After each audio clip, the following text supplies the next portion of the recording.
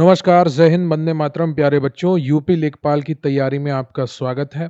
आज हम लेकर आए हैं घटना चक्र मॉक टेस्ट सीरीज जो है उनकी टोहो आती है, उसका मॉक टेस्ट नंबर 6। घटना चक्र वालों ने एक गलती की है कि मॉक टेस्ट में ऑप्शन केवल 4 ही दिए गए हैं। यूपी ट्रिपल एससी का लेटेस्ट पैटर्न उन्होंने फॉलो नहीं किया है 5 ऑप्शन वाला।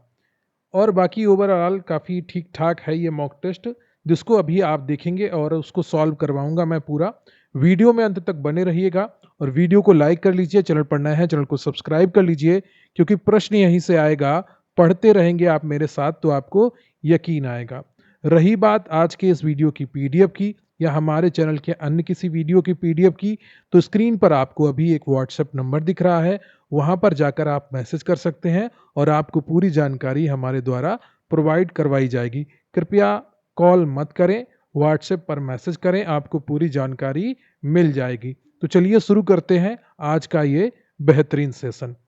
तो आपकी स्क्रीन पर पहला प्रश्न है कि भारतीय शिक्षा का मैग्ना कार्टा किसे कहा जाता है। सही उत्तर है आपका यहाँ पर चार्ल्स वुड का डिस्पैच। 1854 में आता है ये। चार्ल्स वुड के डिस्पैच को भारतीय शिक्षा का मैग्ना कार्टा कहा जाता है। इस घोषणा पत्र में प्राथमिक से लेकर विश्वविद्यालय तक की शिक्षा के लिए एक व्यापक योजना प्रस्तुत की गई थी। इसी के आधार पर 1857 में कलकत्ता, बंबई और मद्रास में विश्वविद्यालयों की स्थापना की गई थी। अगला प्रश्न है आपका कि थॉमस रो मुगल सम्राट जहांगीर से किस किले में मिला था। सही उत्तर है आपका यहाँ पर option B, Ajmer. Thomas Roe 1615 ईस्वी में जेम्स प्रथम के दूत के रूप में भारत आया था। वह मुगल सम्राट जहांगीर से 1616 में अजमेर के किले में मिला था। उसने भारत में व्यापारिक छूट और कारखाने स्थापित करने की अनुमति प्राप्त की थी। अगला प्रश्न है आपका कि पंचगव्य में निम्नलिखित में से क्या सम्मिलित नहीं किया जाता है। तो सही उत्तर है आपका यहाँ पर डी, तुलसी। आयुर्वेद और हिंदू धार्मिक अनुष्ठानों में पंचगव्य का विशेष महत्व है। पंचगव्य में गाय से प्राप्त 5 चीजें शामिल होती हैं: दूध, दही, घी, गोमूत्र और गोबर।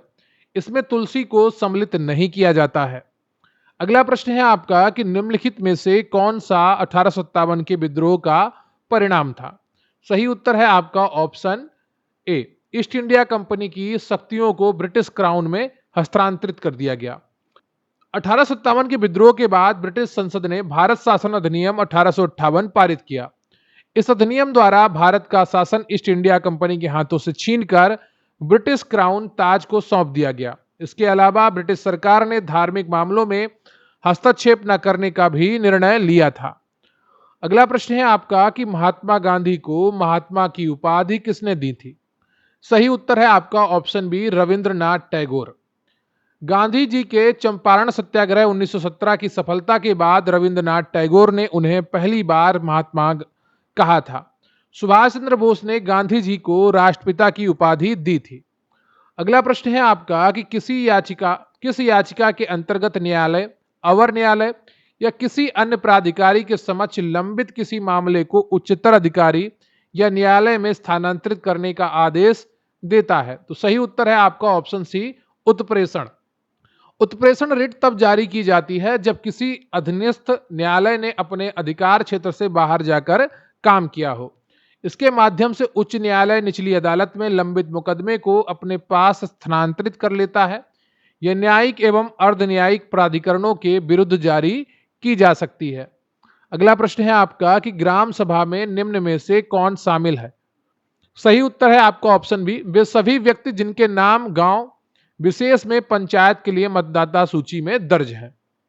ग्राम सभा एक पंचायत क्षेत्र में मतदाता सूची में पंजीकृत सभी व्यक्तियों का एक निकाय होती है। संविधान के अनुच्छेद 243 खा के अनुसार ग्राम सभा में वे लोग होते हैं जिनकी उम्र 18 वर्ष से अधिक हो और वे मतदाता हों। अगला प्रश्न है आपका कि भारतीय संविधान के किस अनुच्छेद के तहत उपराष्ट्रपति का चुनाव होता है। तो यह चुनाव होता है अनुच्छेद 66 के तहत।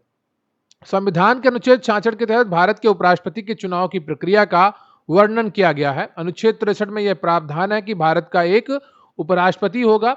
अनुच्छेद 54 में भारत के राष्ट्रपति के निर्वाचन से संबंधित है। अगला प्रश्न है आपका कि भारत के संविधान में जन स्वास्थ्य एवं स्वच्छता किसमें शामिल है। सही उत्तर है आपका राज्य सूची में। संविधान की 7वीं अनुसूची के अंतर्गत राज्य सूची की प्रविष्टि संख्या 6 जन स्वास्थ्य एवं स्वच्छता से संबंधित है। इस विषय पर कानून बनाने का अधिकार प्राथमिक रूप से राज्य सरकारों को है। पुलिस, कृषि और जेल भी राज्य सूची के प्रमुख विषय हैं। अगला प्रश्न है आपका कि संविधान के किस अनुच्छेद के प्रावधानों के अंतर्गत भारत सरकार ने भारत रत्न और पद्मश्री को प्रारंभ किया? तो यह सही उत्तर है आपका अनुच्छेद 18।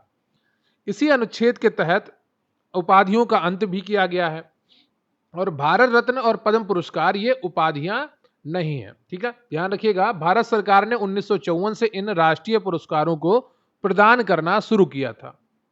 अगला प्रश्न है आपका कि भारत का रूर किस नदी बेसिन को कहा जाता है? सही उत्तर है आपका ऑप्शन ए दामोदर। दामोदर नदी बेसिन कोयला एवं अन्य खनिजों से अत्यंत समृद्ध है। जर्मनी के रूर बेसिन जो कोयले के लिए प्रसिद्ध है से तुलना करते हुए इसे भारत का रूर कहा जाता है। दामोदर नदी को पहले बंगाल का शोक भी कहा जाता था। अगला प्रश्न है आपका कि मरुद्वीप संबंधित है, तो किससे संबंधित है यह आपसे पूछा गया है और सही उत्तर है आपका रेगिस्तान से। मरुद्वीप रेगिस्तान में पाया जाने वाला वह हरा भरा क्षेत्र है जहां जल स्रोत उपलब्ध होता है। यह मरुस्थलीय क्षेत्रों में वनस्पति और मानव जीवन को सहारा देने का कार्य करता है। अगला प्रश्न है आपका कि रोहतांग दर्रा भारत के किस राज्य में स्थित है? तो यह दर्रा स्थित है हिमाचल प्रदेश में। रोहतांग दर्रा भारत के हिमाचल प्रदेश राज्य में पीर पंजाल पर्वत श्रृंखला में स्थित है। ये कुल्लू घाटी और लाहौल और स्पीति घाटियों से जुड़ता है। यहाँ पर प्रसिद्ध अटल टनल रोहतांग टनल का निर्माण किया गया है। अगला प्रश्न है आपका कि पृथ्वी की निम्न में से किस परत में वायुमंडलीय ओजोन परत अधिकतर केंद्रित है? सही उत्तर है आपका सी समताप मंडल। ओजोन परत का लगभग 90% हिस्सा समताप मंडल में पाया जाता है। यह सूर्य से आने वाले हानिकारक परावैंगनी किरणों को अवशोषित करके पृथ्वी पर जीवन की रक्षा करती है। इसकी मोटाई डॉप्सन इकाई में मापी जाती है। अगला प्रश्न है आपका कि भारत में निम्नलिखित में से किस प्रकार के वन का सबसे बड़ा क्षेत्र है? तो सही उत्तर है आपका ऑप्शन सी उष्णकटिबंधीय नम पर्णपाती वन। भारत में सर्वाधिक क्षेत्रफल पर उष्णकटिबंधीय पर्णपाती वन पाए जाते हैं, जिनमें नम पर्णपाती वन सबसे प्रमुख है। इन्हें मानसूनी वन भी कहा जाता है। यहाँ साल, सागौन, शीशम जैसे उपयोगी वृक्ष पाए जाते हैं। अगला प्रश्न है आपका कि गैर घरेलू गैस सिलेंडरों में भरी एलपीजी का भार किलोग्राम में होता है। तो ये 14.2 होता है घरेलू में और 19 किलो होता है गैर घरेलू में। ठीक है, तो 14.2 होता है घरेलू गैस कनेक्शन में और 19.2 होता है गैर घरेलू जो वाणिज्यिक व्यापारिक उपयोग में लाई जाती हैं।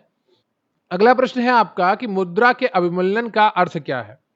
तो सही उत्तर है आपका ऑप्शन ए अंतरराष्ट्रीय व्यापार में प्रयुक्त मुद्राओं की तुलना में देश की मुद्रा का मूल्य घट जाना। मुद्रा विमूल्यन यानी कि डिवैल्यूएशन का अर्थ है किसी देश की सरकार द्वारा जानबूझकर अपनी मुद्रा के मूल्य को विदेशी मुद्राओं की तुलना में कम करना है। इसका मुख्य उद्देश्य देश के निर्यात को बढ़ावा देना और आयात को हतोत्साहित करना होता है। अगला प्रश्न है आपका कि देश के 4 राज्यों का जनसंख्या में अवरोही क्रम था। तो सही उत्तर है आपका ऑप्शन सी महाराष्ट्र, पश्चिम बंगाल, मध्य प्रदेश और तमिलनाडु। 2011 की जनगणना के अनुसार दिए गए विकल्पों में जनसंख्या का सही अवरोही घटता हुआ क्रम नंबर 1 पे महाराष्ट्र आएगा, फिर पश्चिम बंगाल, फिर मध्य प्रदेश और फिर तमिलनाडु। भारत की सर्वाधिक जनसंख्या उत्तर प्रदेश में है जो कि विकल्प में नहीं है।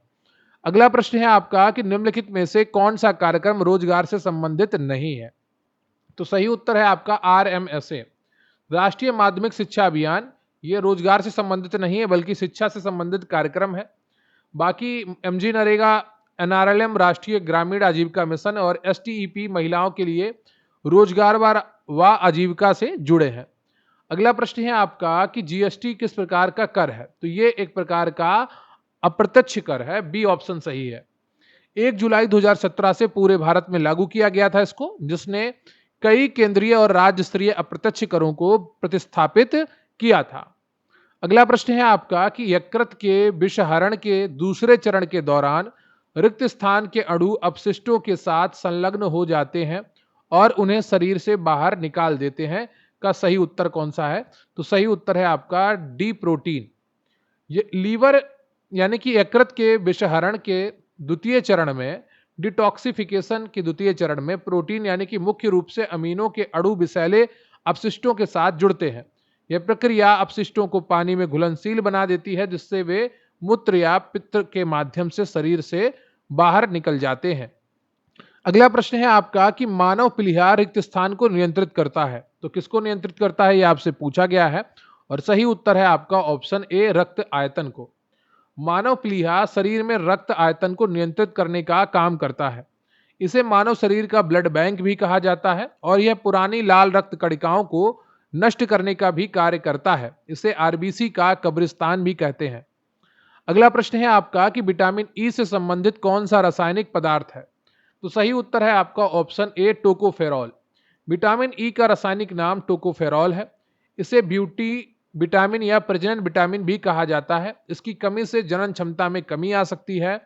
विटामिन डी का नाम कैल्सीफेरॉल और विटामिन के का नाम नेफ्थाक्विनोन है, जिसे फिलोक्विनोन के नाम से भी जाना जाता है। अगला प्रश्न है आपका कि भारत का प्रथम न्यूक्लियर रिएक्टर है। तो भारत का प्रथम न्यूक्लियर रिएक्टर अप्सरा है, जो 1956 में भाभा परमाणु अनुसंधान केंद्र ट्राम्बे में स्थापित किया गया था। इसे यूनाइटेड किंगडम के सहयोग से बनाया गया था। अगला प्रश्न है आपका कि बर्तन बनाने के लिए कौन सी निम्नलिखित मिश्र धातु का इस्तेमाल नहीं किया जाता है। सही उत्तर है आपका ऑप्शन बी, सोदर या सोल्डर। सोल्डर एक मिश्र धातु है जो सीसा और टिन के से मिलकर बनी होती है। इसका उपयोग मुख्य रूप से इलेक्ट्रॉनिक तारों या धातुओं को जोड़ने के लिए किया जाता है, न कि बर्तन बनाने के लिए। अगला प्रश्न है आपका कि न्याय स्वामित्व की अवधारणा में उत्पादन के साधन किसके माने जाते हैं। तो सही उत्तर है आपका ऑप्शन सी, उस समुदाय के जो उस पर श्रम करेगा। ट्रस्टीशिप यानी कि न्याय स्वामित्व का सिद्धांत महात्मा गांधी द्वारा दिया गया था। इसके अनुसार पूंजीपति अपने संपत्ति का मालिक नहीं बल्कि समाज का ट्रस्टी रखवाला होता है और उत्पादन के साथ उस समुदाय के माने जाते हैं जो श्रम करता है। अगला प्रश्न है आपका कि भूमि की उत्पादकता किन कारकों पर निर्भर करती है। तो सही उत्तर है आपका यहां पर ऑप्शन सी, मृदा, जल, उन्नत विधियां, बाजार और प्रशासनिक व्यवस्था पर। कृषि भूमि की उत्पादकता एक बहुआयामी तत्व है। यह केवल मिट्टी पर और पानी पर नहीं बल्कि आधुनिक वैज्ञानिक कृषि विधियों, अच्छे बाजार संपर्क और सुदृढ़ प्रशासनिक व ढांचागत व्यवस्था पर भी निर्भर करती है। अगला प्रश्न है आपका कि कपाट की कार्यकारिणी समिति का अध्यक्ष कौन होता था। सही उत्तर है आपका बी, केंद्रीय ग्रामीण विकास मंत्री। कपाट यानी कि council for advancement of people's action and rural technology का गठन 1986 में हुआ था। यह ग्रामीण विकास मंत्रालय के अधीन काम करता था और इसके अध्यक्ष पदेन रूप से केंद्रीय ग्रामीण विकास मंत्री होते थे। अगला प्रश्न है आपका कि पीएम कुसुम योजना के अंतर्गत वर्ष 2025-26 में उत्तर प्रदेश में सोलर पंप के कुल मूल्य पर कितना प्रतिशत अनुदान दिया जाना था। सही उत्तर है आपका ऑप्शन डी, 60%। पीएम कुसुम यानी कि प्रधानमंत्री किसान ऊर्जा सुरक्षा एवं उत्थान महाअभियान योजना के तहत किसानों को सोलर पंप स्थापित करने के लिए वित्तीय सहायता दी जाती है। इसमें 30% केंद्र सरकार और 30% राज्य सरकार द्वारा अनुदान दिया जाता है। इस प्रकार कुल 60% सब्सिडी मिलती है। अगला प्रश्न है आपका कि आकांक्षी जिला कार्यक्रम भारत में कब शुरू किया गया था। सही उत्तर है आपका जनवरी 2018 में। नीति आयोग द्वारा जनवरी 2018 में आकांक्षी जिला कार्यक्रम की शुरुआत की गई। इसका उद्देश्य भारत के 112 सबसे पिछड़े जिलों के सामाजिक और आर्थिक विकास को तेजी से बढ़ावा देना है। अगला प्रश्न है आपका कि 29 अक्टूबर 2025 को राष्ट्रपति द्रौपदी मुर्मू ने किस वायुसेना स्टेशन से राफेल लड़ाकू विमान में उड़ान भरी थी। सही उत्तर है आपका बी, अंबाला। राष्ट्रपति द्रौपदी मुर्मू ने अंबाला वायुसेना स्टेशन हरियाणा से राफेल लड़ाकू विमान में उड़ान भरी। वह लड़ाकू विमान में उड़ान भरने वाली भारत की दूसरी महिला राष्ट्रपति हैं, प्रतिभा देवी पाटिल के बाद। अगला प्रश्न है आपका कि 19 नवंबर 2025 को किसे इंदिरा गांधी शांति निरस्त्रीकरण और विकास पुरस्कार 2024 प्रदान किया गया। तो इसका सही उत्तर है आपका ऑप्शन ए, मिशेल बैचलेट को। वर्ष 2004 का प्रतिष्ठित इंदिरा गांधी शांति निरस्त्रीकरण और विकास पुरस्कार मिशेल बैचलेट को दिया गया। वह चिली की पूर्व राष्ट्रपति और संयुक्त राष्ट्र मानवाधिकार उच्चायुक्त रह चुकी हैं। यह पुरस्कार 1986 से इंदिरा गांधी मेमोरियल ट्रस्ट द्वारा प्रतिवर्ष दिया जाता है। अगला प्रश्न है आपका कि नवंबर 2025 में प्रदान किए गए 53वें इंटरनेशनल एमी अवार्ड्स 2025 में किसे सर्वश्रेष्ठ ड्रामा सीरीज का अवार्ड दिया गया? तो सही उत्तर है आपका ऑप्शन डी, राइवल्स को। अगला प्रश्न है आपका कि प्रतिवर्ष विश्व अल्पसंख्यक अधिकार दिवस कब मनाया जाता है? सही उत्तर है आपका ऑप्शन डी, 18 दिसंबर को। संयुक्त राष्ट्र ने 18 दिसंबर 1992 को अल्पसंख्यक के अधिकारों की रक्षा से संबंधित घोषणा पत्र अपनाया था। भारत में राष्ट्रीय अल्पसंख्यक आयोग इसकी देखरेख करता है। अगला प्रश्न है आपका कि निम्न कथनों में से विचार कीजिए। तो 1 दिसंबर 2025 को संपूर्ण विश्व में विश्व एड्स दिवस मनाया गया, क्या यह सही है? बिल्कुल सही है। वर्ष 2025 में इस दिवस का मुख्य विषय एड्स फ्री जनरेशन है, तो जो कि गलत है। यहाँ पर केवल एक ऑप्शन आपका सही हो जाएगा। 2025 में जो मुख्य थीम थी वो थी बाधाओं पर काबू पाना, एड्स प्रतिक्रिया में बदलाव लाना, यानी कि overcoming barriers transforming AIDS response. विश्व एड्स दिवस पहली बार 1988 में मनाया गया था। अगला प्रश्न है आपका कि ओजोन परत मुख्यतः जहां अवस्थित रहती है वह क्या है? तो सही उत्तर है इसका ऑप्शन बी, स्ट्रेटोस्फियर। ओजोन परत समताप मंडल यानी स्ट्रेटोस्फियर में पाई जाती है। यह सूर्य से आने वाली पराबैंगनी किरणों को अवशोषित करके पृथ्वी पर जीवन की रक्षा करती है। ओजोन परत की मोटाई को डावसन यूनिट में मापा जाता है। अगला प्रश्न है आपका कि निम्न में से कौन एक प्रवाल विरंजन का सबसे अधिक प्रभावी कारक है? तो सही उत्तर है आपका ऑप्शन सी, सागरीय जल के समान तापमान में वृद्धि। प्रवाल विरंजन तब होता है जब प्रवाल यानी कि मूंगा तनाव में आते हैं और अपने ऊतकों में रहने वाले रंगीन शैवाल को बाहर निकाल देते हैं। ग्लोबल वार्मिंग के कारण समुद्र के पानी के तापमान में वृद्धि इसका सबसे मुख्य और प्रभावी कारण है। प्रवाल भित्तियों को समुद्र के वर्षावन भी कहा जाता है। अगला प्रश्न है आपका कि अंतर्राष्ट्रीय टाइगर दिवस मनाया जाता है। तो ये मनाया जाता है 29 जुलाई को। अंतर्राष्ट्रीय बाघ दिवस हर साल 29 जुलाई को मनाया जाता है। इसकी शुरुआत 2010 में रूस के सेंट पीटर्सबर्ग बाघ शिखर सम्मेलन में हुई थी। इसका उद्देश्य बाघों के प्राकृतिक आवासों की रक्षा और बाघ संरक्षण के बारे में जागरूकता बढ़ाना है। अगला प्रश्न है आपका कि लोटिक पारिस्थितिक तंत्र का उदाहरण है। तो यह है नदी। जलीय पारिस्थितिकी तंत्र दो प्रकार के होते हैं, लोटिक और लेंटिक।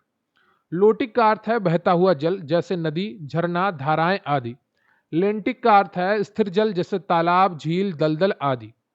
अगला प्रश्न है आपका कि निम्नलिखित में से कौन एक वैश्विक ऊष्मन के लिए उत्तरदायी नहीं है? तो सही उत्तर है आपका ऑप्शन सी, आर्गन। वैश्विक ऊष्मन के लिए मुख्य रूप से ग्रीन हाउस गैसें उत्तरदायी होती हैं। Carbon dioxide, methane, chlorofluorocarbon, nitrous oxide और जल वाष्प प्रमुख ग्रीन हाउस गैसें हैं। आर्गन एक अक्रिय गैस है जो ग्रीन हाउस प्रभाव पैदा नहीं करती है। अगला प्रश्न है आपका कि हरित विकास ग्रीन डेवलपमेंट का लेखक कौन है? तो सही उत्तर है आपका option D, W.M. Adams. Green development पुस्तक के लेखक W.M. एडम्स हैं। यह पुस्तक पर्यावरण संरक्षण और सतत विकास के संबंधों पर विस्तार से चर्चा करती है। अगला प्रश्न है आपका कि सूची 1 को सूची 2 से मिलाना है। एक तरफ राष्ट्रीय उद्यान दिए गए हैं, दूसरी तरफ राज्य दिए गए हैं। तो गिर कहां पर होगा? गुजरात में होगा और एक ही में है, D2। तो बहुत आसानी से आप इसका ए उत्तर कर पा रहे थे। बांदीपुर राष्ट्रीय उद्यान कर्नाटक में है, रोहिला राष्ट्रीय उद्यान हिमाचल प्रदेश में है और बांधवगढ़ राष्ट्रीय उद्यान मध्य प्रदेश में है, जो बाघों के लिए प्रसिद्ध है। गिर राष्ट्रीय उद्यान एशियाई शेरों के लिए जाना जाता है। अगला प्रश्न है आपका कि जैव विविधता का अर्थ है। तो जैव विविधता का जो अर्थ है वो है एक निर्धारित क्षेत्र में विभिन्न प्रकार के पादप एवं जंतु। जैव विविधता का सामान्य अर्थ किसी एक विशेष भौगोलिक क्षेत्र में पाई जाने वाली जीवों और वनस्पतियों की विविधता से है। यह शब्द वाल्टर जी रोसन द्वारा गढ़ा गया था। सर्वाधिक जैव विविधता उष्णकटिबंधीय वर्षा वनों जैसे अमेजन में पाई जाती है। अगला प्रश्न है आपका कि निम्नलिखित में से कौन सी एजेंडा 21 की सही परिभाषा है? तो सही उत्तर है इसका ऑप्शन सी, यह 21वीं सदी में सतत विकास हेतु एक कार्य योजना है। एजेंडा 21 संयुक्त राष्ट्र द्वारा 1992 के रियो डी जेनेरियो पृथ्वी सम्मेलन में अपनाया गया एक गैर बाध्यकारी दस्तावेज है। यह 21वीं सदी के लिए सतत विकास का एक व्यापक खाका प्रस्तुत करता है। इसका मुख्य उद्देश्य गरीबी कम करना और पर्यावरण संरक्षण है। अगला प्रश्न है आपका कि भारत के कुल क्षेत्रफल में वनों का क्षेत्रफल कितना है? तो ये सही उत्तर है इसका ऑप्शन डी 22%। भारत वन स्थित रिपोर्ट आईएसएफआर के अनुसार भारत में कुल वन आवरण कुल भौगोलिक क्षेत्र का लगभग 21.71% है, जो लगभग 22% होता है। यदि वन आवरण और वृक्षावरण दोनों जोड़ लिया जाए तो 24.62% हो जाता है। राष्ट्रीय वन नीति 1988 के अनुसार आदर्श वन क्षेत्र 33% होना चाहिए। दिए गए विकल्पों में सबसे निकटतम सटीक उत्तर 22% है। अगला जो प्रश्न है वो डीआई का है और यहाँ पर एक तालिका चार्ट का दी गई है जिसमें अक्षय के पास 5000 लीटर शुद्ध दूध है। वह कुल दूध का 40% छह अलग व्यक्तियों A B C D E F को बेचता है और कुल दूध का शेष 60% वह अपनी दुकान में उपयोग करता है। प्रत्येक व्यक्ति ए बी सी डी ई और एफ शुद्ध दूध में पानी मिलाते हैं। नीचे दी गई तालिका अक्षय द्वारा 6 अलग अलग व्यक्तियों को बेचे गए दूध की कुल बिक्री को प्रतिशत के रूप में दर्शाती है और यह 6 व्यक्तियों में से प्रत्येक द्वारा शुद्ध दूध में पानी मिलाने के बाद पानी की सांद्रता को भी दर्शाती है। कुल बेचा गया दूध इक्वल टू 5000 है का 40% कितना हो जाएगा? 2000 लीटर। ठीक है, तो एक तरफ व्यक्ति दिए गए हैं, एफ तक दूध की बिक्री दी गई है, पानी की सांद्रता पानी मिलाने के बाद दी गई है। ठीक है, तो 2000 लीटर दूध यहां पर बांटा गया है इन 6 व्यक्तियों को। प्रश्न है, आप स्क्रीनशॉट ले लीजिएगा एक बार इस पूरे क्वेश्चन का, ताकि आप इसको बाद में आसानी से सॉल्व कर सकें। ठीक है, ले लिया आपने स्क्रीनशॉट। निम्नलिखित में से किसने शुद्ध दूध में सबसे कम मात्रा में लीटर में पानी मिलाया? तो सही उत्तर है आपका ऑप्शन बी। वो कैसे है? कुल दूध 2000 लीटर था, बी को मिला दूध का 10% यानी कि 200 लीटर, बी के मिश्रण में पानी था 10% अर्थात दूध वहां पर 90% था। तो 90% बराबर 200 लीटर, तो 10% पानी कितना हो जाएगा? 22.22 लीटर। तो सी का दूध 200 लीटर था, पानी 15% था, तो इस प्रकार से सबसे कम पानी बी ने मिलाया है। ठीक है, अगला प्रश्न है आपका कि मान लीजिए ए बी सी अपने घोल को एक पात्र में मिलाते हैं तो नए घोल में दूध की सांद्रता क्या होगी? तो सही उत्तर है आपका यहां पर सी। ए का दूध 400 लीटर, पानी 100 लीटर। तो इस प्रकार से आपको सॉल्व करना है। आप इसका स्क्रीनशॉट ले लीजिए, मैं ऐसे डिटेल में बताऊंगा तो बहुत टाइम जाएगा। अगला प्रश्न है आपका कि सभी व्यक्तियों द्वारा कुल मिलाकर कुल कितने लीटर पानी मिलाया गया है? तो सही उत्तर है आपका 456। वो कैसे निकला है आप स्क्रीनशॉट ले सकते हैं। अगला प्रश्न है आपका कि व्यक्ति ए और व्यक्ति सी द्वारा मिलाए गए पानी की कुल मात्रा के बीच क्या अंतर है? तो सही उत्तर है आपका ऑप्शन ए 65 लीटर। कैसे करना है इसका स्क्रीनशॉट आप ले सकते हैं और इसको सॉल्व कर सकते हैं। अगला प्रश्न है आपका कि व्यक्ति सी द्वारा मिलाए गए पानी की कुल मात्रा और व्यक्ति ई द्वारा मिलाए गए पानी की कुल मात्रा का संबंधित अनुपात क्या है? तो सही उत्तर हो जाएगा यहां पर 3:17। कैसे करना है इसको स्क्रीनशॉट आप ले सकते हैं। अगला प्रश्न है आपका कि निम्नलिखित तालिका चार्ट का ध्यानपूर्वक अध्ययन करें और नीचे दिए गए प्रश्नों के उत्तर दें। यह निम्नलिखित तालिका लाभ और हानि से संबंधित है और इसमें कुछ मूल्य लुप्त हैं, सभी छूट अंकित मूल्य पर है, लाभ लागत मूल्य पर है। तो एक तरफ जिन्स दी गई है, दूसरी तरफ अंकित मूल्य है ना। शर्ट में 30% लाभ है। तो पूछा गया है कि यदि सूट का छूट प्रतिशत और लाभ प्रतिशत समान है तो सूट का अनुमानित अंकित मूल्य ज्ञात करें। यानी कि 30% समान है और 30% समान है, तो सही उत्तर हो जाएगा आपका ऑप्शन ए 3478। कैसे आएगा? तो सूट का सीपी है 2400 रुपए, सूट का सीपी है 2400 रुपए और एसपी है 2840 रुपए। ठीक है, यहां पर यह दिया गया है। तो लाभ निकलेगा 440 रुपए। अब लाभ का प्रतिशत लाभ निकाल लो और चूंकि वही छूट भी है तो अंकित मूल्य एसपी बटा 1 माइनस छूट प्रतिशत, तो 2840 बटा 1 माइनस 0.18833 जो आ जाएगा लगभग 3478 रुपए। अगला प्रश्न है आपका कि टी शर्ट पर छूट प्रतिशत और लाभ प्रतिशत का अनुपात 7:5 है, तो टी शर्ट का अनुमानित लागत मूल्य ज्ञात करें। तो यहां पर आप इसको कैसे करेंगे, यहां पर देख सकते हैं। ये आपकी डीआई काफी अच्छे लेवल की है, तो जिसको आपको सॉल्व करना थोड़ा कठिन लग सकता है अगर आपका मैथ बैकग्राउंड स्ट्रांग नहीं है। जिन्होंने यूपीएसआई की अभी तैयारी कर रखी थी और सीजीएल की तैयारी करते हैं, यूपी कांस्टेबल की तैयारी कर रहे हैं, उनके लिए तो मैथ ये थोड़ी आसान होगी। अगला प्रश्न है आपका कि यदि जीन्स और साड़ी का लागत मूल्य का अनुपात 4:5 है, तो साड़ी पर अनुमानित छूट प्रतिशत ज्ञात करें। तो सही उत्तर आपका सी प्रतिशत है। सी 1.32%। आप इसका स्क्रीनशॉट ले सकते हैं। अगला प्रश्न है आपका कि यदि जींस का अंकित मूल्य शर्ट के लागत मूल्य से 420 रुपए अधिक है और शर्ट के अंकित मूल्य और विक्रय मूल्य के बीच का अंतर 750 रुपए है, तो शर्ट पर छूट का प्रतिशत ज्ञात करें। तो यहां पर भी आप स्क्रीनशॉट ले सकते हैं। डी ऑप्शन आपका सही हो जाएगा। अगला प्रश्न है आपका कि सूट का लागत मूल्य जींस के अंकित मूल्य से कितना प्रतिशत कम है। तो यहां पर भी आप स्क्रीनशॉट ले लीजिए। बी ऑप्शन सही है आपका। अगला क्वेश्चन है कि किसी के द्वारा कहे गए कथन को मूल रूप से लिखने के लिए कौन सा विराम चिन्ह प्रयुक्त होगा। तो सही उत्तर है आपका यहां पर ऑप्शन ए, उद्धरण चिन्ह। किसी के द्वारा कहे गए शब्द या कथन को ज्यों का त्यों मूल रूप से प्रस्तुत करने के लिए उद्धरण चिन्ह का प्रयोग किया जाता है। उदाहरण, सुभाष चंद्र बोस ने कहा था, तुम मुझे खून दो मैं तुम्हें आजादी दूंगा। कोष्टक चिन्ह अर्थ स्पष्ट करने के लिए, लाघव चिन्ह शब्दों को इस संक्षेप में लिखने के लिए प्रयोग होता है। अगला प्रश्न है आपका कि समूहार्थक शब्द का चयन कीजिए। सही उत्तर है आपका ऑप्शन बी, बेड़ा। बेड़ा एक समूहार्थक शब्द है जो पानी के जहाजों या नावों के बड़े समूहों को दर्शाता है, जैसे जहाजी बेड़ा। जहाज और नाव एक वचन शब्द हैं। केवट नाव चलाने वाला व्यक्ति को कहते हैं। अगला प्रश्न है आपका कि नीचे दिए गए वाक्य के पहले और अंतिम भाग को क्रमशः 1 और 6 की संख्या दी गई है। इनके बीच के अंशों के 4 भागों में बांटकर या रा ला वा की संख्या दी गई है। ये चारों भाग उचित क्रम में नहीं है। इन चारों को उचित क्रम में लगाएं ताकि एक सही वाक्य बन सके। ठीक है, तो या रा ला वा को लगाना है आपको उचित क्रम में। तो जिस प्रकार मनुष्य का धैर्य उसके स्वभाव का, तो जिस प्रकार अग्नि का धर्म दहकना है, उसी प्रकार मनुष्य का धैर्य उसके स्वभाव का पर्याय होना चाहिए। ठीक है, तो यह सही उत्तर हो जाएगा ऑप्शन सी आपका। अगला प्रश्न है आपका कि वह शाम को घर जाएगा। वाक्य में वृत्ति का अर्थ का कौन सा भेद है। तो सही उत्तर है आपका ऑप्शन बी, निश्चयार्थ। इस वाक्य वह शाम को घर जाएगा में वाक्य के लिए निश्चित सूचना मिल रही है। जहां क्रिया के व्यापार के निश्चित का बोध हो वहां निश्चयार्थ वृत्ति होती है। इसमें कोई संभावना या शर्त नहीं दी गई है। अगला प्रश्न है आपका कि अर्धविवृत स्वर कौन सा है। तो अर्धविवृत स्वर जो है वो ए है। ठीक है, मुख द्वार खुलने के आधार पर स्वरों के 4 भेद होते हैं, विवृत, अर्धविवृत, संवृत और अर्धसंवृत।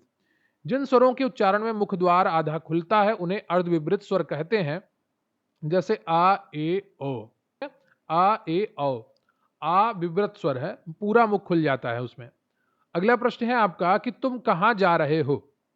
वाक्य का प्रकार स्पष्ट करिए। तो यह प्रश्नवाचक वाक्य है। बी ऑप्शन आपका सही है। सर्वनाम के कुल कितने भेद होते हैं आपसे पूछा गया है। सही उत्तर है आपका बी, 6। पुरुषवाचक, निश्चयवाचक, अनिश्चयवाचक, संबंधवाचक, प्रश्नवाचक और निजवाचक सर्वनाम। अगला प्रश्न है आपका कि निम्न में वर्तनी की दृष्टि से अशुद्ध शब्द कौन सा है। तो सही उत्तर है आपका डी, प्रमाणिक। प्रमाणिक शब्द वर्तनी की दृष्टि से अशुद्ध है। इसका शुद्ध रूप प्रमाणिक होता है। जब प्रमाण शब्द में एक प्रत्यय जुड़ता है तो प्रथम स्वर में वृद्धि हो जाती है। प्रमाण धन इक्वल टू प्रमाणिक। प्रादेशिक माधुर्य और व्याप्त पूर्ण रूप से शुद्ध शब्द है। अगला प्रश्न है आपका कि सूची 1 को सूची 2 से सुमेलित कीजिए। नीचे दिए गए विकल्पों में से सही उत्तर चुनिए। विदेश गमन में कौन सा समास है, गिरधर में कौन सा समास है, देश विदेश में कौन सा समास है, यथाशीघ्र में कौन सा समास है। देखिए, देश विदेश में द्वंद्व हो जाएगा, यथाशीघ्र में अव्ययी हो जाएगा, गिरधर में बहुब्रीय हो जाएगा और विदेश गमन में तत्पुरुष हो जाएगा। सही उत्तर है आपका सी। अगला प्रश्न है आपका कि डीओ लेटर का पूर्ण रूप क्या है। तो सही उत्तर है आपका डेमी ऑफिशियल लेटर, यानी कि अर्ध सरकारी पत्र। इस पत्र का उपयोग तब किया जाता है जब कोई अधिकारी दूसरे अधिकारी का ध्यान व्यक्तिगत रूप से किसी महत्वपूर्ण या लंबित मामले की ओर आकर्षित करता है। इसमें औपचारिक लेकिन कुछ हद तक व्यक्तिगत मैत्रीपूर्ण भाषा का प्रयोग होता है। अगला प्रश्न है आपका कि Microsoft Windows, Mac OS X और लिनक्स, ये सभी किसके उदाहरण हैं। तो ये ऑपरेटिंग सिस्टम के उदाहरण है। बी ऑप्शन आपका सही हो जाएगा। अगला प्रश्न है आपका कि पावर स्ट्रिप क्या है। तो यह एक विद्युत उपकरण है जिसका उपयोग बाल आउटलेट की क्षमता को विस्तारित करने के लिए किया जा सकता है, जो उपकरणों को समायोजित कर सकता है। ये कई घटकों को एक पावर आउटलेट में प्लग करता है।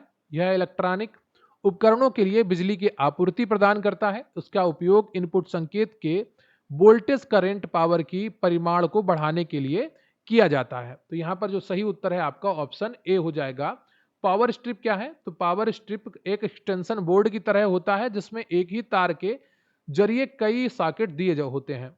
इसका मुख्य उपयोग दीवार के सिंगल प्लग आउटलेट की क्षमता को बढ़ाना होता है ताकि एक ही समय में कई इलेक्ट्रॉनिक उपकरण जैसे कंप्यूटर, मॉनिटर, प्रिंटर जोड़े जा सकें। अगला प्रश्न है आपका कि पहली पीढ़ी के कंप्यूटरों में रिक्त स्थान का प्रयोग किया जाता है। तो सही उत्तर है आपका निर्वात नलिकाओं का, यानी कि वैक्यूम ट्यूब का। पहली पीढ़ी का जो कंप्यूटर है वो 1940 से 56 तक थे। मुख्य इलेक्ट्रॉनिक घटक के रूप में इनमें वैक्यूम ट्यूब्स का उपयोग किया जाता था। ये बहुत बड़े, अधिक बिजली खपत करने वाले और जल्दी गर्म होने वाले कंप्यूटर थे, जैसे इनियक और यूनिवैक। दूसरी पीढ़ी में ट्रांजिस्टर और तीसरी पीढ़ी में आईसी का उपयोग हुआ था। अगला प्रश्न है आपका कि कंप्यूटर प्रणाली में निम्न में से कौन सा एक ऑपरेटिंग सिस्टम नहीं है? तो सही उत्तर है आपका यहाँ पर एमएस ऑफिस। बी ऑप्शन आपका सही है। यह एक एप्लीकेशन सॉफ्टवेयर है, ऑपरेटिंग सिस्टम नहीं है। विंडोज, यूनिक्स और लिनक्स, एंड्रॉयड, ये सभी ऑपरेटिंग सिस्टम है। अगला प्रश्न है आपका कि असेंबली लैंग्वेज का इस्तेमाल कंप्यूटर की कौन सी पीढ़ी में किया जाता था? तो ये किया जाता था आपका दूसरी पीढ़ी में। पहली पीढ़ी के कंप्यूटर में मशीनी भाषा, बाइनरी 0 और 1 का इस्तेमाल किया जाता था। कंप्यूटर की दूसरी पीढ़ी में असेंबली लैंग्वेज का विकास हुआ जिससे निमोनिक कोड्स का प्रयोग किया जाता था। तीसरी पीढ़ी में हाई लेवल भाषाएं जैसे सी और कोबोल लोकप्रिय हुई। अगला प्रश्न है आपका कि जब आप एक नई एक्सेल वर्कबुक खोलते हैं तो खोलने के समय डिफॉल्ट रूप से कितनी वर्कशीट होती हैं? सही उत्तर है आपका ऑप्शन बी 3।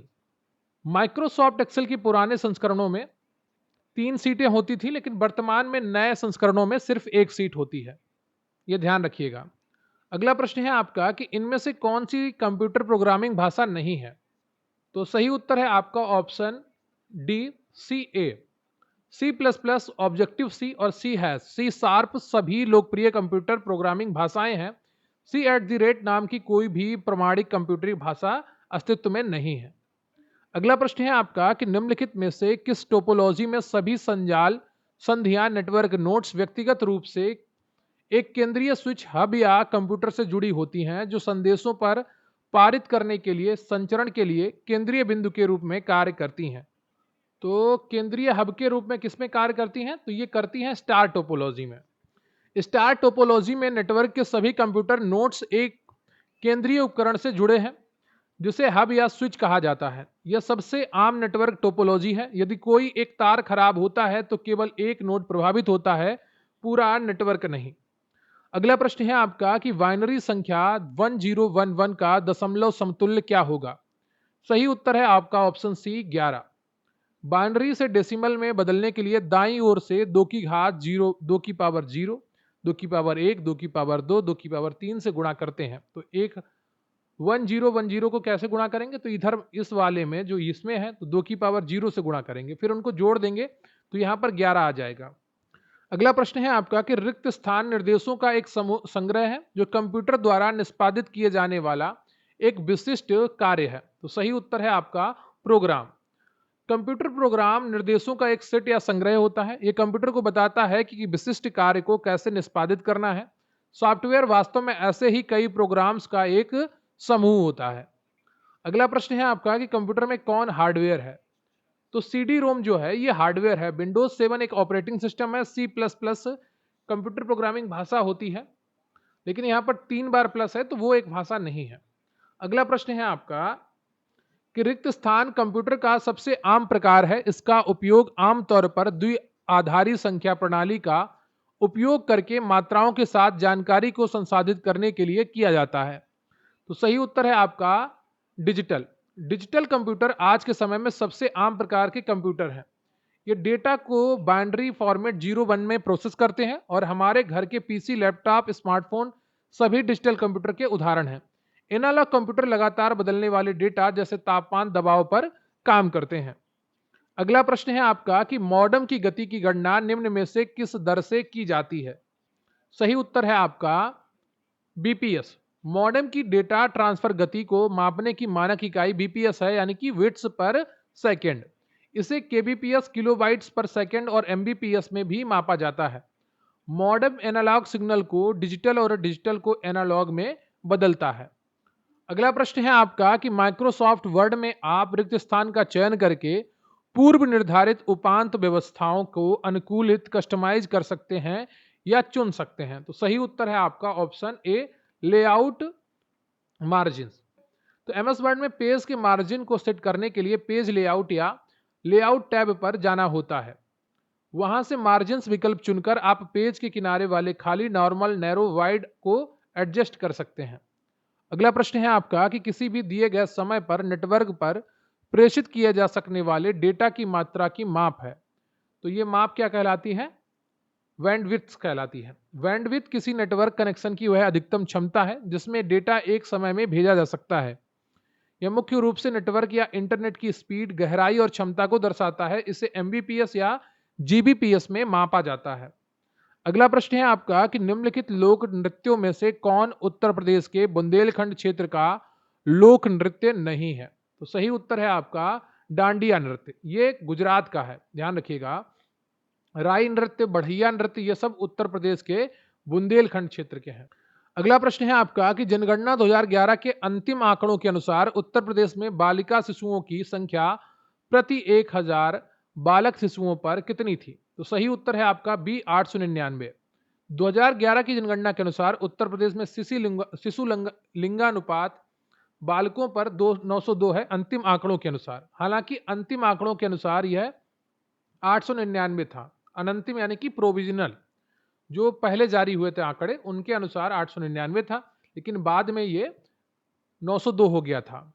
संपूर्ण भारत का शिशु लिंगानुपात 2011 में 919 है।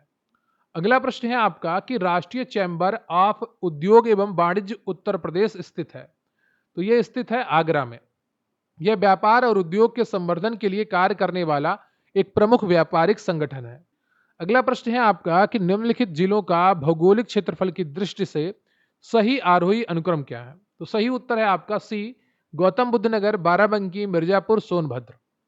आरोही क्रम यानी कि बढ़ते हुए क्षेत्रफल के अनुसार गौतम बुद्ध नगर लगभग 1282 वर्ग किलोमीटर, बाराबंकी 4402 वर्ग किलोमीटर, मिर्जापुर 4405 वर्ग किलोमीटर, सोनभद्र 6905 वर्ग किलोमीटर। सोनभद्र उत्तर प्रदेश का दूसरा सबसे बड़ा जिला है, पहला लखीमपुर खीरी है। अगला प्रश्न है आपका कि उत्तर प्रदेश के निम्नलिखित में से कौन सा जिला संतरे का सर्वाधिक उत्पादक है? सही उत्तर है आपका सहारनपुर। उत्तर प्रदेश में संतरा उत्पादन के लिए सहारनपुर जिला सबसे अधिक प्रसिद्ध है। सहारनपुर के अलावा बुंदेलखंड क्षेत्र के कुछ हिस्सों में भी संतरे की खेती होती है। फर्रुखाबाद आलू उत्पादन के लिए जाना जाता है। अगला प्रश्न है आपका कि सारनाथ स्थित है। तो ये कहां पर स्थित है? ये उत्तर प्रदेश में वाराणसी के पास स्थित है, जहां पर आपको भगवान बुद्ध ने अपना पहला उपदेश दिया था और इसे धर्म चक्र प्रवर्तन कहा जाता है। भारत का राष्ट्रीय प्रतीक अशोक स्तंभ भी सारनाथ से ही लिया गया है। अगला प्रश्न है आपका कि जीटी रोड नहीं गुजरती है। कहां से नहीं गुजरती है, यह आपसे पूछा गया है और सही उत्तर है आपका अलीगढ़ से। ग्रांड ट्रंक रोड, जिसका निर्माण शेरशाह सूरी ने करवाया था, अलीगढ़ से होकर नहीं गुजरती है। यह ऐतिहासिक सड़क उत्तर प्रदेश में आगरा, कानपुर, इलाहाबाद, प्रयागराज, वाराणसी, मुगल सराय आदि शहरों से गुजरती है। अगला प्रश्न है आपका कि उत्तर प्रदेश में पाए जाने वाले प्रमुख खनिज कौन से हैं? तो सही उत्तर है आपका लाइमस्टोन और डोलोमाइट। उत्तर प्रदेश खनिज संसाधनों की दृष्टि से एक निम्न मध्यम श्रेणी का राज्य है। यहाँ मुख्य रूप से विंध्यन क्षेत्र, मिर्जापुर, सोनभद्र, बांदा में चूना पत्थर यानी कि लाइमस्टोन और डोलोमाइट बहुतायत में पाए जाते हैं, जिनका उपयोग सीमेंट उद्योग में होता है। अगला प्रश्न है आपका कि उत्तर प्रदेश राज्य पर्यटन विकास निगम लिमिटेड की स्थापना की गई थी। तो ये की गई थी 1974 में। यूपीएसटीडीसी की स्थापना वर्ष 1974 में की गई थी। अगला प्रश्न है आपका कि सूची 1 को सूची 2 से मिलाना है। एक तरफ कलाकार दिए गए हैं, दूसरी तरफ उनके लच्छू महाराज, फयाज खान, सिद्धेश्वरी देवी और तलत महमूद। तो सही उत्तर है इसका ऑप्शन आपका बी, लच्छू महाराज कत्थक, फयाज खान जो हैं ये आपके ध्रुपद, सिद्धेश्वरी देवी जो हैं ये आपकी ठुमरी और तलत महमूद कथक से संबंधित है। तो ये जो उस्ताद फयाज खान है ये आगरा घराने ध्रुपद गायन से संबंधित हैं। सिद्धेश्वरी देवी बनारस घराना ठुमरी गायन और तलत महमूद गजल गायकी से संबंधित है। अगला प्रश्न है आपका कि उत्तर प्रदेश का सबसे बड़ा वन्यजीव अभयारण्य कौन सा है? तो ये सही उत्तर है इसका हस्तिनापुर। ये लगभग 2073 वर्ग किलोमीटर के क्षेत्र में फैला हुआ है और मेरठ, मुजफ्फरनगर, बिजनौर जिलों में स्थित है। चंद्रप्रभा चंदौली राज्य का पहला वन्य जीव अभयारण्य है। चंद्रप्रभा चंदौली में स्थित है। अगला प्रश्न है आपका कि सूची एक को सूची दो से मिलाना है। एक तरफ नगरीय ग्रामीण दिया गया है, दूसरी तरफ स्थानीय शासन संस्था दी गई है। तो सही उत्तर है आपका यहाँ पर ऑप्शन बी। झांसी एक बड़ा शहर है जहाँ नगर निगम है। मछली शहर जौनपुर एक कस्बा है, यहाँ नगर पंचायत है। टुंडला फिरोजाबाद एक शहर है, यहाँ नगर पालिका परिषद है। और सैफई इटावा एक ग्रामीण क्षेत्र ब्लॉक है जहाँ क्षेत्र समिति यानी कि पंचायत समिति स्थित है। अगला प्रश्न है आपका कि निचली गंगा नहर का उद्गम स्थल गंगा पर है। तो ये है नरौरा में। निचली गंगा नहर उत्तर प्रदेश के बुलंदशहर जिले में नरौरा नामक स्थान से गंगा नदी से निकाली गई है। हरिद्वार से ऊपरी गंगा नहर निकलती है और बिजनौर से मध्य गंगा नहर। नरौरा में एक परमाणु ऊर्जा संयंत्र भी स्थित है। अगला प्रश्न है आपका कि उत्तर प्रदेश खादी ग्रामोद्योग बोर्ड की स्थापना किस वर्ष में हुई थी? सही उत्तर है आपका बी 1960 में। उत्तर प्रदेश खादी तथा ग्रामोद्योग बोर्ड की स्थापना वर्ष 1960 में की गई थी। इसका मुख्य उद्देश्य ग्रामीण क्षेत्रों में खादी और कुटीर उद्योगों को बढ़ावा देकर रोजगार के अवसर पैदा करना है। अगला प्रश्न है आपका कि काष्ठ नक्काशी घरेलू उद्योग के लिए उत्तर प्रदेश का कौन सा नगर प्रसिद्ध है? सही उत्तर है आपका ऑप्शन बी सहारनपुर। सहारनपुर जिला लकड़ी पर बेहतरीन नक्काशी के कामों के लिए पूरे विश्व में प्रसिद्ध है। मेरठ खेल के सामान के लिए, कानपुर चमड़े के लिए और गोरखपुर टेराकोटा मिट्टी के खिलौनों के लिए जाना जाता है। अगला प्रश्न है आपका कि उत्तर प्रदेश में कल्प योजना संबंधित है। तो यह संबंधित है प्राथमिक शिक्षा से। उत्तर प्रदेश में कल्प योजना प्राथमिक शिक्षा के विस्तार और स्कूलों में आध्यात्मिक माहौल बनाने से संबंधित है। इस योजना के तहत प्राथमिक विद्यालयों को सरस्वती वंदना और वंदे मातरम से जोड़ने का प्रयास किया गया था। अगला प्रश्न है आपका कि निम्नलिखित में से कौन सही सुमेलित नहीं है? एक तरफ उत्तर प्रदेश के ऐतिहासिक मेले दिए गए हैं, दूसरी तरफ उनसे संबंधित क्षेत्र या स्थान दिए गए हैं। सही उत्तर है आपका ऑप्शन सी। बलदेव छठ का जो मेला है ये पूर्वांचल में नहीं बल्कि मुख्य रूप से मथुरा और फरीदाबाद ब्रिज क्षेत्र में लगता है, जो पश्चिमी उत्तर प्रदेश में है, ना कि पूर्वांचल में। बटेश्वर मेला आगरा पश्चिमांचल में पशुओं का बड़ा मेला है। जल विहार का मेला बुंदेलखंड में लगता है। अगला प्रश्न है आपका कि उत्तर प्रदेश में मिशन शक्ति पहल के अंतर्गत सोनभद्र जिले में कितनी महिला पुलिसकर्मियों को स्कूटर प्रदान किए गए? तो सही उत्तर है आपका 25। अगला प्रश्न है आपका कि मैलानी बिछिया मार्ग पर बिस्टोडोम जंगल सफारी ट्रेन शुरू होने से किस क्षेत्र में इको पर्यटन का को बढ़ावा मिला है? तो सही उत्तर है आपका option C Dudhwa tiger reserve. Mailani Lakhimpur Kheri से बिछिया बहराइच के बीच मीटर गेज लाइन पर रेलवे द्वारा बिस्टोडोम जंगल सफारी ट्रेन चलाई गई है। यह ट्रेन मार्ग दुधवा टाइगर रिजर्व और करतनिया घाट वन्यजीव अभ्यारण्य के घने जंगलों से होकर गुजरता है, जिससे यहाँ इको टूरिज्म को बढ़ावा मिला है। अगला प्रश्न है और आज का अंतिम है कि पंडित छन्नूलाल मिश्र हिंदुस्तानी शास्त्रीय संगीत की किन शैलियों के प्रमुख गायक थे? तो सही उत्तर है आपका बी। ये ख्याल, ठुमरी, दादरा, चैती, कजरी और भजन के प्रसिद्ध भारतीय शास्त्रीय गायक थे। तो और इनको पद्म विभूषण भी मिला था और ये बनारस घराने से संबंधित थे। कौन? पंडित छन्नूलाल मिश्र। वीडियो को लाइक करें, चैनल को सब्सक्राइब करें और अपने दोस्तों के साथ शेयर करें। कमेंट करके बताएं कि कैसा लगा।